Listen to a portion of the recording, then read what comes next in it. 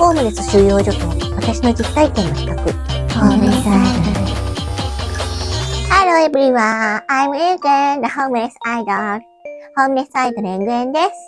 私は本を読むのが大好きなんですけれども、皆さんはどうですか？今回のテーマはこの本。ホームレス収容所で暮らしてみた川上武さんという方の書かれた本です。この本に出てくるのは大東寮という施設。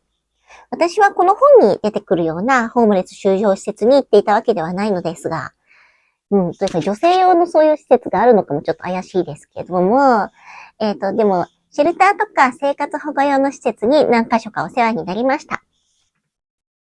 で、数箇所に行ったんですけれども、その施設とこの本に出てくる大統領のことを比較しながら話をしていきたいと思います。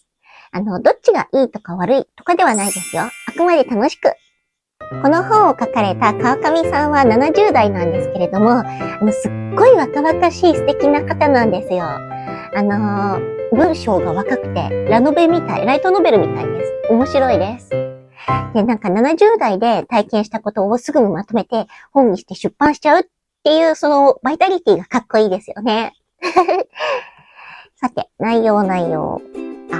そういや私誤解されがちなんですけれども、現在生活保護を受けているわけではありません。生活保護は仕事禁止のシェルターに入るときに必要に迫られて3ヶ月だけ入ってたんですけれども、手続きして。でも3ヶ月で脱退しています。詳しくはこの脱走しましたっていうサムネの動画を見てね。で、シェルターは仕事禁止なんですけれども、この本に出てくる大統領は仕事推奨、むしろ仕事してくださいという施設です。驚いたのがね、衣装部屋で撮影するシーン。ホームレスはスーツなんて持ってないから、スーツを貸してもらって写真を撮るわけです。それを履歴書に貼って給食活動をするということで、撮影のための衣装部屋があるなんてちょっとアイドルみたいですよね。日本のホームレスって昔は上野公園や新宿中央公園にたくさんテント張ってて、で、ブルーシートがたくさんのテント村になっていたそうです。現在はそういうのは見かけなくなりました。今、テント張ったら即退去させられます。それでこの大統領とかに収容されるといった感じです。らしいです。私もブルーシートたくさんのテント村は見たことがないです。あと、ドヤ街。山谷西成寿町が日本の三大ドヤ街ってこの本に書いてあります。ドヤって要するにその日暮らしをしている人の集まりのことですね。日暮里駅で乗り換えて南千住に行って、ここね多分通ったことあるんですよ、私。なんか、あそこかみたいな感じで、ちょっとね、この本読んでね、あそこが通ったって気づいたんですよ。私が通った時にはね、変な呪文みたいなのがびっしり書かれた自転車が放置されてました。あとね、ネカフェより安い簡易宿泊所がいっぱいあって、で、夜でもほとんどの窓に明かりがついてなかったです。はい。すっごくなんか怖いとこなのかなって思ってたら、あれは山谷か、みたいな。あとコンビニの入り口にカップ酒がいっぱいタワーになってました。タワー。山積みにされてました。山谷ってあの辺りのことだったんですね。大統領は台東区のことだと思うので、東京上野の台東区上野のテント村山谷に行って、それから大統領に行くみたいな、そういうルートをたどるものなのでしょうか。上野のホームレスさんたちは。今は山谷もホームレスというより生活保護受給者の暮らす街だと、この本には書いてあります。そうなのか。で、裏表紙に写真があるんですけれども、この食事、大統領の食事、まずかったらしいです。はっきり、川上さんストレートにまずいって書いてあります。私は一箇所だけ食事の出る施設にお世話になったんですけれども、そこはご飯がとっても美味しかったです。私も生まれてますね。ちゃんと調理師さんが作ってくれた美味しいご飯でした。で、みんな美味しいねって言いながら食べてたし、雰囲気もすごく良かったです。そしてこちらの大統領では、なんとお小遣いが出ます。1日につき400円。いいな。私もらったことないよ。私のいた施設にはどこもそういう制度はありませんでした。生活保護狙いの怠け者たちという賞があります。働きたくなくて生活保護を受けたいっていう怠けたいだけの人たちを軽く非難しています。ここが一番大きな違いなんですが、生活保護志望の人なんて私の場合は見たことがないです。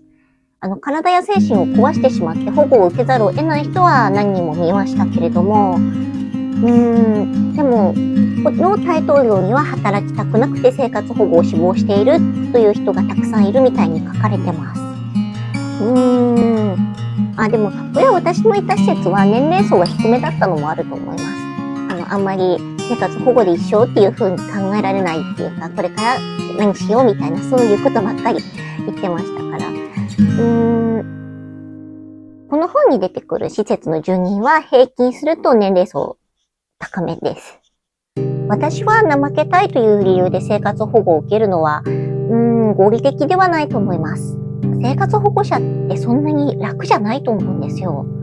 変な嫌がらせとか現場での差別とかに耐えなきゃいけないし、あとたまに勘違いしてる人いて変なこと言ってくるんですよ。生活保護って大金もらえるんでしょとか、私に言ってどうするんだって感じなんですけど、大金受け取ったんだろうとか、そういうの言ってくる人がいて、もらえるわけなくない。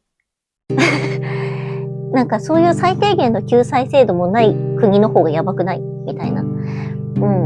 しかも私はあくまでシェルター入るときに流れで手続きしただけだったから、早く生活保護脱退したいっていう思いしかなかったですね。私が施設で見た人は大体職業訓練とかバイトとかに移っていく感じでした。大統領でももちろんそういう人が大半なんだと思います。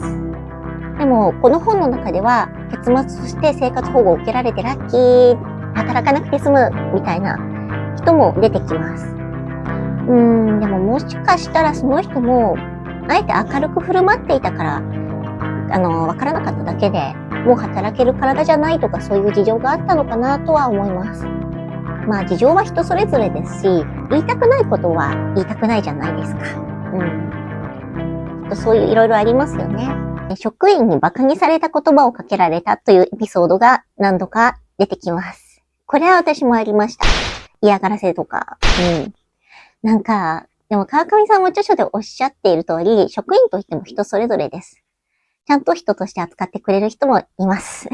全員がダメとかそういうことじゃない。ムカつく施設の職員もちゃんといましたけどね。緊急ですって沸かしてくださいって頼んでるのにタバコ吸ってるから待ってって言いながら10分かけてタバコ吸ってたやつはもうことは絶対忘れない。もうそのうち1本の動画にしたいくらいその人だけで。この本の最後は、著者も大統領に感謝しています。全然怖いところじゃない。助けてくれた。これは私も施設に対して同じことを思っています。あの時は助けてくれてありがとうございました。大統領の場合はわかりませんけど、私と住ませてもらった施設は後でお礼に行くことは禁止なんですよ。そもそもどこにあったのか私にもわからなかった施設もあります。目隠しされた車で移動したので、だからお礼を言いに行くこともできないんですけれども、感謝しています。はい、そんなことでホームレス収容所で暮らしてみたでした。この本すごく面白いので見かけたら読んでみてください。日本語版しかないですけどね。私はホームレス関連の書籍とかあるとすぐに手に取って読んでしまうようになりました。ルポ貧困女子とかもね、面白かったです。同じような窮地に陥った他の人のこともいろいろ知りたいなって思って、で、まずは本からということで本で読んでみたりとかしています。動画を最後まで見てくれてありがとうございました。Thank you!